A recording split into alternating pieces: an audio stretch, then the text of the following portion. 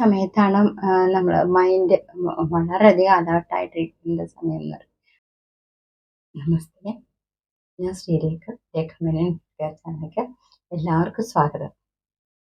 ടിപ്സും കാര്യങ്ങളൊക്കെ ഇഷ്ടപ്പെട്ടു എന്ന് പറഞ്ഞതിൽ വളരെ സന്തോഷം കേട്ടോ. പിന്നെ കൂടാതെ നിങ്ങളുടെ ഓരോരുത്തരുടെ സപ്പോർട്ടിന് വളരെയധികം നന്ദിയുണ്ട് കേട്ടോ. പിന്നെ മുടി ബ്ലാക്കാന്ന് പറഞ്ഞല്ലോ. നേരത്തെ ഞാൻ സൂചിപ്പിച്ചിട്ടുണ്ടായിരുന്നു, എൻ്റെ മുടിക്ക് ഇത്രയും കളർ ഉണ്ടായിരുന്നില്ല കേട്ടോ. ബ്രൗൺ ഷെയ്ഡായിരുന്നു.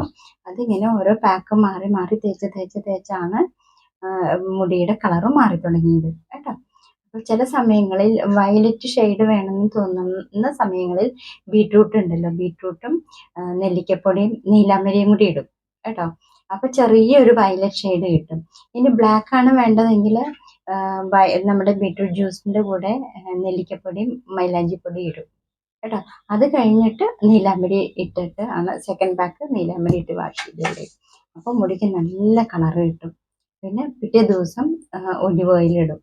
അത് നമ്മളുടെ ഈ അലോവേര ജെല്ലെടുത്തിട്ട് അതിലായിരിക്കും ഒലിവ് ഓയിൽ അപ്ലൈ ചെയ്യുന്നത്.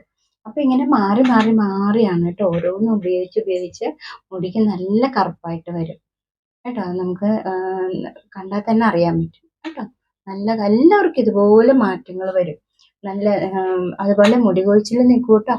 നന്നായിട്ട് മുടി കൊഴിച്ചിലുള്ളവർക്കൊക്കെ ഈ പറയുന്ന ഓരോ തരത്തിലുള്ള പാക്കും കാര്യങ്ങളൊക്കെ ഉപയോഗിച്ച് നിങ്ങൾക്ക് അതിൻ്റെ റിസൾട്ട് കിട്ടും കേട്ടോ. 100% ഉറപ്പാണ്. നിങ്ങളിത് വേണ്ടിയിട്ട് കുറച്ച് ഡെഡിക്കേറ്റഡ് ആവണം കേട്ടോ. ചെയ്യുമ്പോൾ നിങ്ങൾക്ക് തീർച്ചയായിട്ടും അതിൻ്റെ റിസൾട്ട് കിട്ടും കേട്ടോ. ഡ്രൈനെസ് ഉണ്ടാവില്ല, ഹൈഡ്രേറ്റ് ആയിട്ടിരിക്കും മുടി. അതുപോലെ തന്നെ പിന്നെ ഫംഗസ് ഉണ്ടാവില്ല കേട്ടോ. ഫംഗസ് പിന്നെ മുടിക്കായ എന്ന് പറയില്ലേ, മുടിക്കായ ഉണ്ടാവില്ല. പിന്നെ കൂടാതെ സ്പ്ലിറ്റൻ്റ് ഉണ്ടാവില്ല, മുടി ഡാമേജ് ഉണ്ടാവില്ല. പിന്നെ ചൊറി പോലെയുള്ള കാര്യങ്ങളൊന്നും ഉണ്ടാവില്ല, കുരുക്കളൊന്നും ഉണ്ടാവില്ല. മുടി തല എപ്പോഴും ഫ്രഷ് ആയിട്ടിരിക്കും കേട്ടോ. അപ്പം നിങ്ങൾക്ക് വേണ്ട, സമയമില്ലാത്ത സമയത്ത് നിങ്ങൾക്ക് പൊടികളായിട്ടുള്ള പാക്കൊന്നും വേണ്ട. നിങ്ങൾക്ക് ഇതുപോലെ കുഞ്ഞു കുഞ്ഞു ടിപ്സ് ഞാൻ ഒരുപാട് പറഞ്ഞു തന്നിട്ടുണ്ട്. അതുപോലെ ചെയ്താൽ മതി കേട്ടോ. നല്ല റിസൾട്ട് കിട്ടും. എന്നിട്ട് വൈകുന്നേരങ്ങളിൽ മുടി പിന്നിട്ട് കിടക്കാം. പിന്നെ നമ്മളുടെ ആരോഗ്യം നോക്കാം കേട്ടോ. ശരിക്കും ആയുർവേദ ക്ലോക്ക് ഉണ്ട്. ഈ ആയുർവേദ ക്ലോക്ക് എന്ന് ഉദ്ദേശിക്കുന്നത് ഹെൽത്തിനെ സംബന്ധിച്ചിട്ടാണ് കേട്ടോ.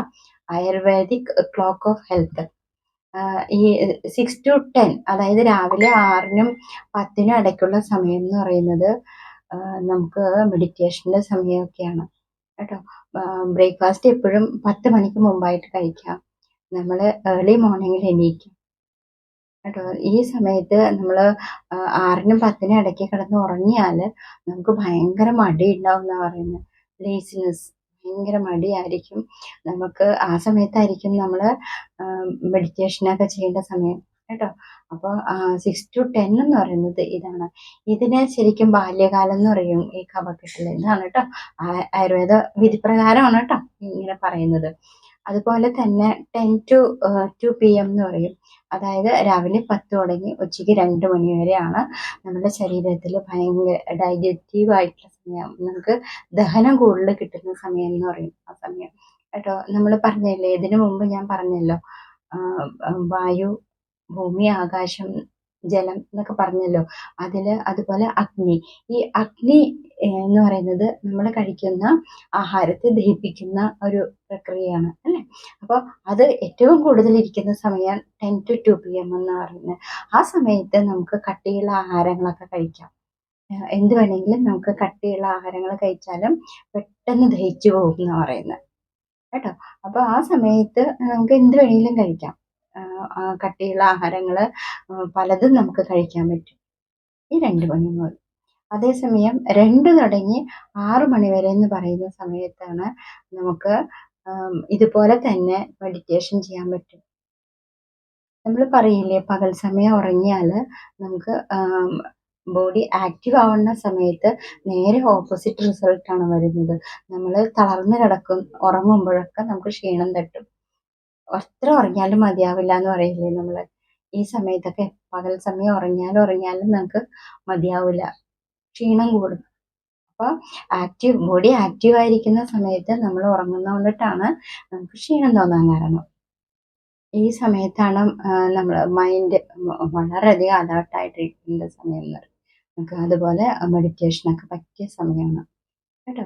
അപ്പോൾ ഈ പറയുന്ന ക്ലോക്കിൽ ഇത് നിങ്ങൾ അത് മനസ്സിലാക്കുക, കണ്ട് മനസ്സിലാക്കുക എങ്ങനെയാണ് എന്തൊക്കെയാണെന്ന് കേട്ടോ.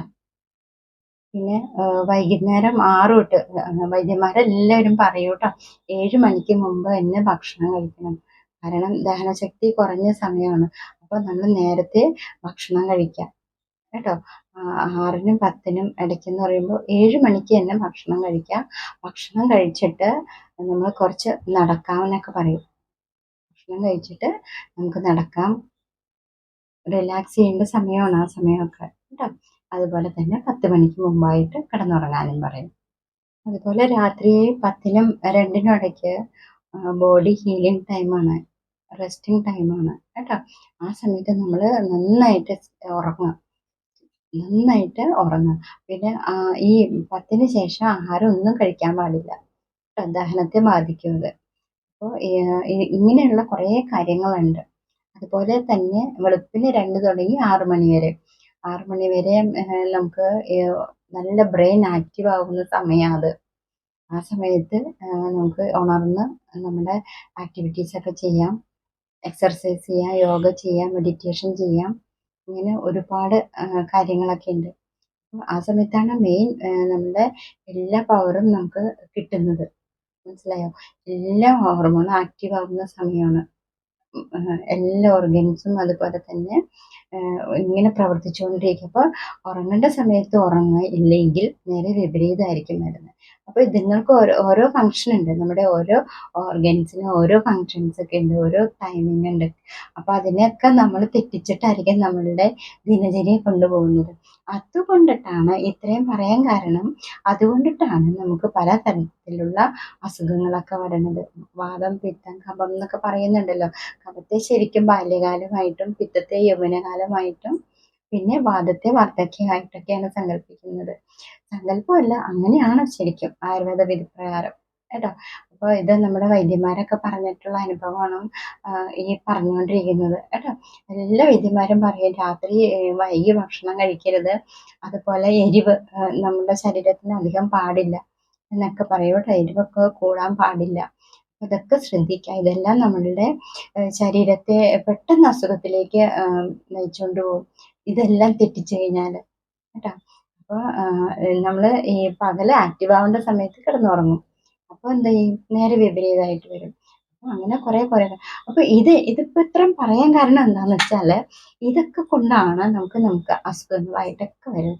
ഈ അസുഖം ക്രമേണ നമ്മുടെ മുടിയെയും ബാധിക്കും കേട്ടോ.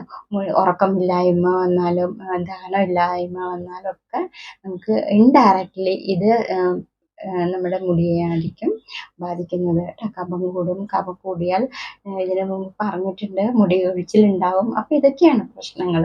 അപ്പോൾ ഞാനിതിൻ്റെ ക്ലോക്ക് ഇട്ട് തരാം കേട്ടോ. ആയുർവേദിക് ക്ലോക്ക് ഓഫ് ഹെൽത്ത്, അതിൻ്റെ ഞാൻ പിക്ചർ ഇട്ട് തരാം. നിങ്ങളത് നോക്കി പറ്റാവുന്നവർ അത് ഫോളോ ചെയ്യും കേട്ടോ. അപ്പോൾ ഇങ്ങനെ ഒരുപാട് കാര്യങ്ങളുണ്ട് ആയുർവേദ വിധിപ്രകാരം നമ്മൾ ചെയ്യേണ്ടതും. അത് നോക്കി ചെയ്യുമ്പോഴത്തേക്കും നമ്മുടെ അസുഖങ്ങളൊക്കെ മാറും കേട്ടോ. ഇതിപ്പോൾ നമ്മൾ ഇതൊക്കെ കൊണ്ടാണ് ഇതുപോലെ ഓരോ പ്രശ്നങ്ങൾ വരുമ്പോൾ നമുക്ക് അതിൽ നിന്ന് ഓവർകം ചെയ്യാൻ പറ്റാത്തത് കേട്ടോ. ഇത്രയൊക്കെ ഉള്ളൂ. അപ്പോൾ ഇത് നിങ്ങൾ ഭംഗിയായി ഫോളോ ചെയ്യുക കേട്ടോ. പിന്നെ കൂടാതെ ഇപ്പോൾ ഞാൻ ഇന്നലെ ഇതുപോലെ എണ്ണയും പാക്കും കാര്യങ്ങളൊക്കെ ചെയ്തല്ലോ. ഇത് ചെയ്ത് കഴിയുമ്പോൾ ഇതിൽ കണ്ടോ ഓയിലുണ്ടോ, കണ്ടോ ഓയിൽ. അപ്പോൾ ഇത് നാളെ എനിക്കിത് കളയണം, ഈ ഓയിൽ കളയണം. കാരണം കുറേ അങ്ങനെ നേരെ വെച്ചുകൊണ്ടിരിക്കേണ്ട ആവശ്യമില്ലല്ലോ. അപ്പോൾ ഞാൻ എന്ത് ചെയ്യാൻ പോണെന്ന് വെച്ചാൽ, എനിക്ക് ഷാമ്പൂ ഒന്നുമില്ല ഉപയോഗിക്കാൻ കേട്ടോ. ഞാൻ സോപ്പൊന്നും ഉപയോഗിക്കുന്നില്ല, ഷാമ്പൂ ഉപയോഗിക്കുന്നില്ല. അപ്പോൾ ഞാൻ ചെയ്യാൻ പോകുന്നത് എന്താണെന്ന് വെച്ചാൽ, നെല്ലിക്കപ്പൊടിയാണ് കേട്ടോ. ഈ നെല്ലിക്കപ്പൊടി ആവശ്യത്തിന് എടുക്കാം. നമുക്ക് എന്തോരാണോ വേണ്ടത് അത്രയും എടുക്കാം നമ്മൾ കേട്ടോ. എടുത്തിട്ട് നെല്ലിക്കപ്പൊടി മാത്രം മതി കേട്ടോ. കാണിച്ചു തരാം കേട്ടോ.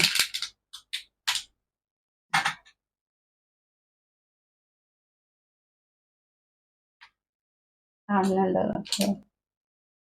ഈ നെല്ലിക്കപ്പൊടി ഞാനൊരു 4 സ്പൂൺ എടുക്കുന്നുണ്ട് കേട്ടോ.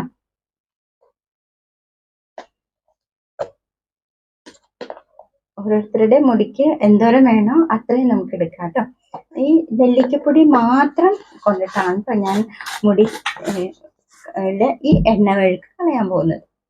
അപ്പം അതിന് വേണ്ടിയിട്ട് ഞാൻ ഇതുപോലെ നെല്ലിക്കപ്പൊടി എടുത്തു, വെള്ളം മിക്സ് ചെയ്തു കേട്ടോ. വെറുതെ വെള്ളം മിക്സ് ചെയ്തിട്ട് നമ്മളൊന്ന് പേസ്റ്റ് ആക്കിക്കൊണ്ടിരിക്കാം.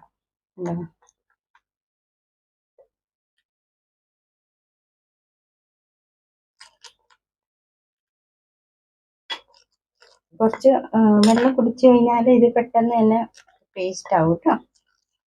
അല്ലെങ്കിൽ നമുക്ക് കൈകൊണ്ട് തന്നെ ഇതാവാം കേട്ടോ. പേസ്റ്റ് ആക്കി എടുക്കാം, കുഴച്ചിട്ടെടുക്കാം.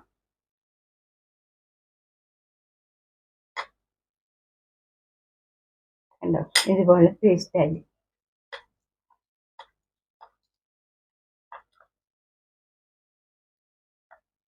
ഒന്നും കൂടി വെള്ളം ഇത് വെറും വെള്ളമാണ് കേട്ടോ. വെള്ളം നമുക്ക് ആവശ്യത്തിന് ഒഴിച്ച് ഇതുപോലെ പേസ്റ്റ് ആക്കി എടുക്കാം.